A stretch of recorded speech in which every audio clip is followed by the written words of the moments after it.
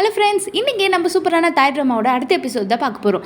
போன எபிசோடில் இந்த திமிரு பிடிச்ச பொண்ணு நம்ம ஹீரோயின் சும்மா தான் தள்ளி விட்டுருப்பாங்க. ஆனால் அதுக்குள்ளே போய் அவள் இடிச்சிட்டு பாவம் தலையிலேருந்து பிளட்டே வரும். ஆனால் ஹீரோயின் ரொம்பவே கஷ்டப்படுவாங்க. அச்சா இப்படி ஆகிடுச்சேன்ட்டு.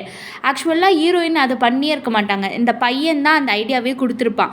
ஆனால் இப்படி ஆகும்னு தெரியாது. ஹீரோயின் மேலே இது அப்படியே திரும்பிடுச்சு. அந்த பையன் மன்னிப்பு கேட்குறான், ஹீரோயினை மன்னிச்சு விட்டுறாங்க. ஆனால் இந்த திமிரு பிடிச்ச பொண்ணு சும்மா இருப்பாளா? டேரெக்டாக ஹீரோவோட அப்பாவுக்கிட்ட போய் எல்லாத்தையும் கம்ப்ளைண்ட் பண்ண ஹீரோவோட அப்பாவும் நல்லா பனிஷ்மெண்ட் கொடுக்குறாரு. என்ன பனிஷ்மெண்ட்னா, அந்த திமிர் பிடிச்ச பொண்ணு என்ன சொல்லுதோ அதை ஹீரோ செய்யணுமா. நம்ம ஹீரோயினுக்கு மனசு ரொம்பவே உடஞ்சி போயிடுச்சு. வெளியில் வரும்போதே அழுதுகிட்டே வராங்க. ஹீரோ பார்க்குறாரு, ஏதோ பனிஷ்மெண்ட் கொடுத்துருக்காரு அப்பா, அதனால தான் ஹீரோயின் இப்படி சோகமாக போகிறாங்கன்ட்டு ஹீரோ கூப்பிட ஹீரோயின் கண்டுக்கவே இல்லை. அவங்க பாட்டுட்டு அழுதுகிட்டே போயிடுறாங்க. ரொம்பவே கஷ்டமாக போயிடுது. ஹீரோவும் சரி என்னாச்சுன்னு திருப்பி போய் நம்ம கேட்போம் அப்படின்ட்டு ஹீரோவும் பின்னாடியே போகிறாரு. இந்த திமிர் பிடிச்ச பொண்ணு பெருசாக எதையோ சாதிச்ச மாதிரி வெளில வரா. என்கிட்டலாம் வச்சுக்கிட்டா இப்படி தான் ஆகுன்ற மாதிரி ஒரு லுக் விட்டுட்டு போகிறான். அவங்க ஹஸ்பண்டுக்கு இதை பிடிக்கவே இல்லை. ஏன் தான் இப்படி பண்ணுறாளோ இவளெல்லாம் எங்கேருந்து தான் பிடிச்சிட்டு வந்தாங்களோ கொடுமை அப்படின்ற மாதிரி அவரும் ரொம்ப கஷ்டப்பட்டுட்டு தான் போகிறாரு.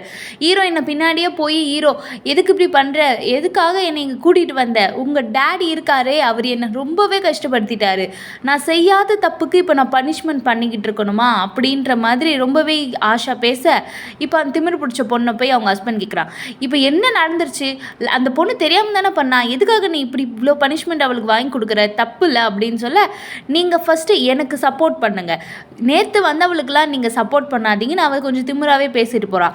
அப்பாவுக்கும் ரொம்ப கஷ்டமாக தான் இருக்கா. அந்த பொண்ணு பார்க்க நல்ல பொண்ணாக தான் இருக்கா. பட் ஆனால் நாட்டுக்கு தான் நான் சப்போர்ட் பண்ணணும், நாட்டுனா அந்த திமிரு பிடிச்ச பொண்ணை தான் சொல்கிறாங்க.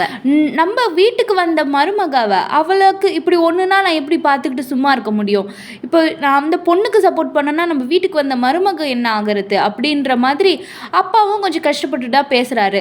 ஆனால் ஹீரோயினால் கண்ட்ரோலே பண்ண முடியல. அழுக கண்ணிலேருந்து தாரையே ஊற்றிக்கிட்டு இருக்கு. ரூமில் உட்காந்து தனியாக அழுதுகிட்டு இருக்காங்க. ஹீரோ கிட்ட கோச்சிட்டு வந்துட்டாங்க சண்டை போட்டுட்டு. ஆனால் ஹீரோ விடுவாரா, வந்து சமாதானப்படுத்தி ஆகணும்ன்ட்டு எப்படியோ வந்து சமாதானப்படுத்துகிறாரு. ஆனால் ஹீரோயின் கண்ணிலேருந்து தாரையே தண்ணி விழுது. எங்கள் பாட்டி இருந்தால் இப்படி ஆயிருக்குமா அப்படின்ற மாதிரி ரொம்பவே கண் கலங்க ஹீரோ ஆக்ட் பண்ணிக்கிறாரு.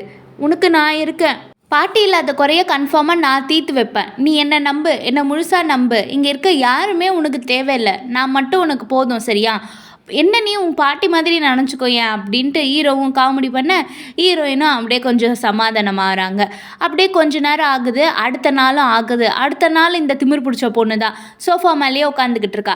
என்ன சொல்கிறான்னா, நேற்று நடந்த பனிஷ்மெண்ட் ஞாபகம் இருக்கா, இன்னிலேருந்து உன்னோட டே ஸ்டார்ட் ஆகுது, நான் சொல்கிற எல்லா வேலையும் நீ செய்யணும், இப்போ வா வந்து என் காலை வாஷ் பண்ணி விடு அப்படின்னு திமிரோ சொல்ல, ஆனால் ஹீரோயினும் அதை செய்கிறாங்க. ஹீரோயினுக்கு இப்படி ஒரு நிலைமை வந்திருக்கக்கூடாது, அந்த பொண்ணு என்ன சொல்கிறாலோ அதை செஞ்சே ஆகணும், அப்படி ஒரு பனிஷ்மெண்ட்டு. அந்த பொண்ணு திமிரா, நல்லா வாஷ் பண்ண, என்ன இப்படி பண்ணுற, நல்லா அழகாக என் கால் பலன்னு நல்லா வெள்ளையல்னு ஆகணும், அப்படி வாஷ் பண்ணு.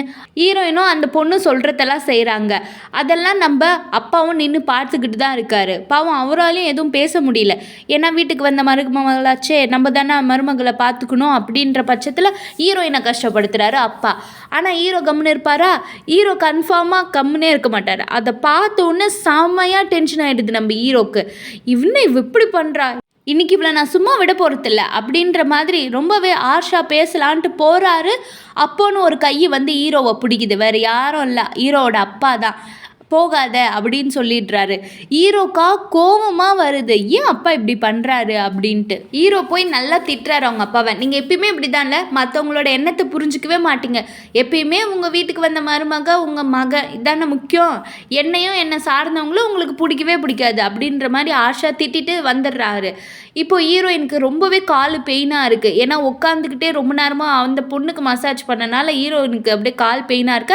ஹீரோ வந்து, நான் உனக்கு மசாஜ் பண்ணுறேன், நான் என் வீட்டுக்கு வந்தவங்கள நான் நல்லா பார்த்துக்கணும்ல, நான் உனக்கு மசாஜர், இன்னைக்கு நீ என்ன சொல்கிறியோ அந்த வேலையை நான் செய்கிறேன் அப்படின்ட்டு ஹீரோயின் மனசு கஷ்டப்படாத அளவுக்கு ஹீரோ நல்லாவே பார்த்துக்கிறாரு. அவங்க பாட்டிக்கு பண்ணி கொடுத்த ப்ராமிஸை இன்னி வரைக்கும் ஹீரோ நல்லாவே காப்பாற்றிக்கிட்டு இருக்காரு.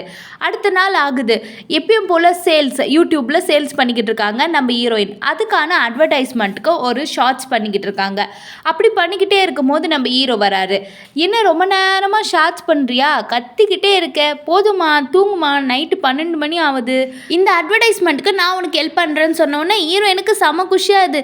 டேய் நீ ரொம்ப நல்லவன்டா அப்படின்ற மாதிரி ஹக் பண்ணிக்கிறாங்க. ரொம்பவே தேங்க்ஸ், நீ எனக்கு எவ்வளோ ஹெல்ப் பண்ணுற தெரியுமா, நீ என்னோட பாட்டியை விட ஒரு படி மேலேயே போயிட்ட தெரியுமா அப்படின்ற மாதிரி சொல்லிவிட்டு ஹக் பண்ண ஹீரோக்கும் ஹீரோயினுக்கும் ரொம்பவே சந்தோஷம்.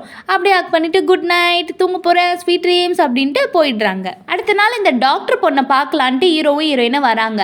அப்போ அந்த பொண்ணோட சூப்பு வந்து தள்ளி இருக்குது. அதை எடுத்து சரி இருங்க நான் உங்களுக்கு எடுத்து கொடுக்குறேன்னு எடுக்கும் போது அந்த பொண்ணு அந்த ரிங்கை பார்க்குறா, ஹீரோயின் கையில் இருக்க ரிங்கை. அப்படி எடுத்து பார்த்துக்கிட்டே இருக்கும் போது அந்த பொண்ணுக்கு ரொம்பவே அப்படியே ஷாக் ஆகுறா. ஏதோ ஞாபகம் வர மாதிரி இருக்குது, ஆனால் அவளுக்கு சரியாக ஞாபகம் வரல. ஆனால் ரொம்பவே கதற ஆரம்பிக்கிறா. ஐயோ அந்த மோதிரம் எனக்கு, ஐயோ கடவுளே என்னால் முடியலை, எனக்கு தலை வலிக்குது, இங்கேருந்து போங்க எல்லாரும் போங்கன்ட்டு திருப்பி கொஞ்சம் மனநிலை சரியில்லாத மாதிரி ஆயிடுறா. இவ்வளோ நேரம் நல்லா இருந்தால் அந்த ரிங்கை பார்த்த உடனே திருப்பி கத்த ஆரம்பிச்சிடுறா. ஹீரோவும் ஹீரோயினும் அங்கேருந்து கிளம்பிடுறாங்க ஷாக் ஆகி. இங்கே ஒரு வழியாக அந்த ஜிம் வந்து பேச ஆரம்பிக்கிறான். அந்த லேடி, அந்த வில்லி கேரக்டர் பொண்ணு இருக்கால, அவளே ஃபோன் பண்ணுறா. கான்ட்ராக்ட் விஷயமா உங்கள்கிட்ட நான் கொஞ்சம் பேசணுன்ட்டு இவளே ஃபோன் பண்ணி இப்போ ஜேம்ஸ் கிட்டே பேசுகிறா. இத்தனை நாள் ஜேம்ஸ் ட்ரை பண்ணியிருப்பா, ஆனால் ஹெல்ப் பண்ணியிருக்க மாட்டா இந்த பொண்ணு.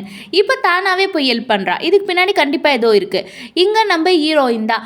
அடுத்த நாள் ஆஃபீஸுக்கு போகணும், இன்டர்ன்ஷிப்புக்கு நம்ம ஹீரோவோட அப்பா கூப்பிட்ருக்காரு.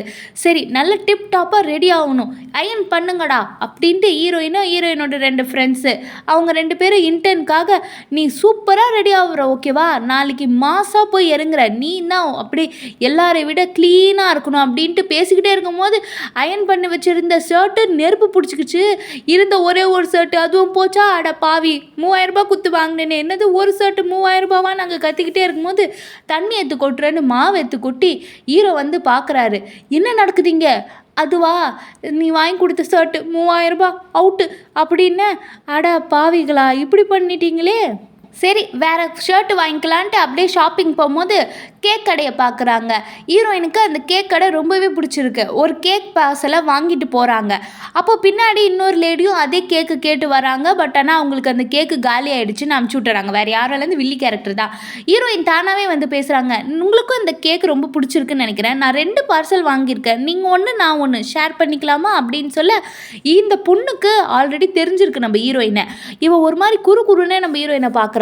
மேபி இந்த வில்லி கேரக்டருக்கும் ஹீரோயினோட அம்மாவை தெரிஞ்சிருக்கும். அதனால தான் ஹீரோயினோட சாயலை பார்த்து அவங்களும் மிரள்றாங்க.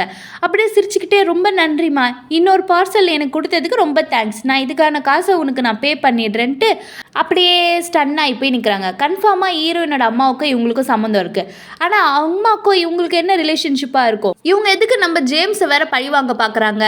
அப்போ ஹீரோயினோட அம்மா, இந்த வெள்ளி கேரக்டர், ஜேம்ஸ் 3 பேருக்கும் ஏதோ ட்ரியாங்கல் ஒரு ஸ்டோரி இருக்குது. அது என்னன்ட்டு நம்ம அடுத்த எபிசோடில் பார்க்கலாம் ஃப்ரெண்ட்ஸ். சப்ஸ்கிரைப் பண்ணாதவங்க மறக்காம சேனலை சப்ஸ்கிரைப் பண்ணிவிடுங்க ஃப்ரெண்ட்ஸ். By bye friends.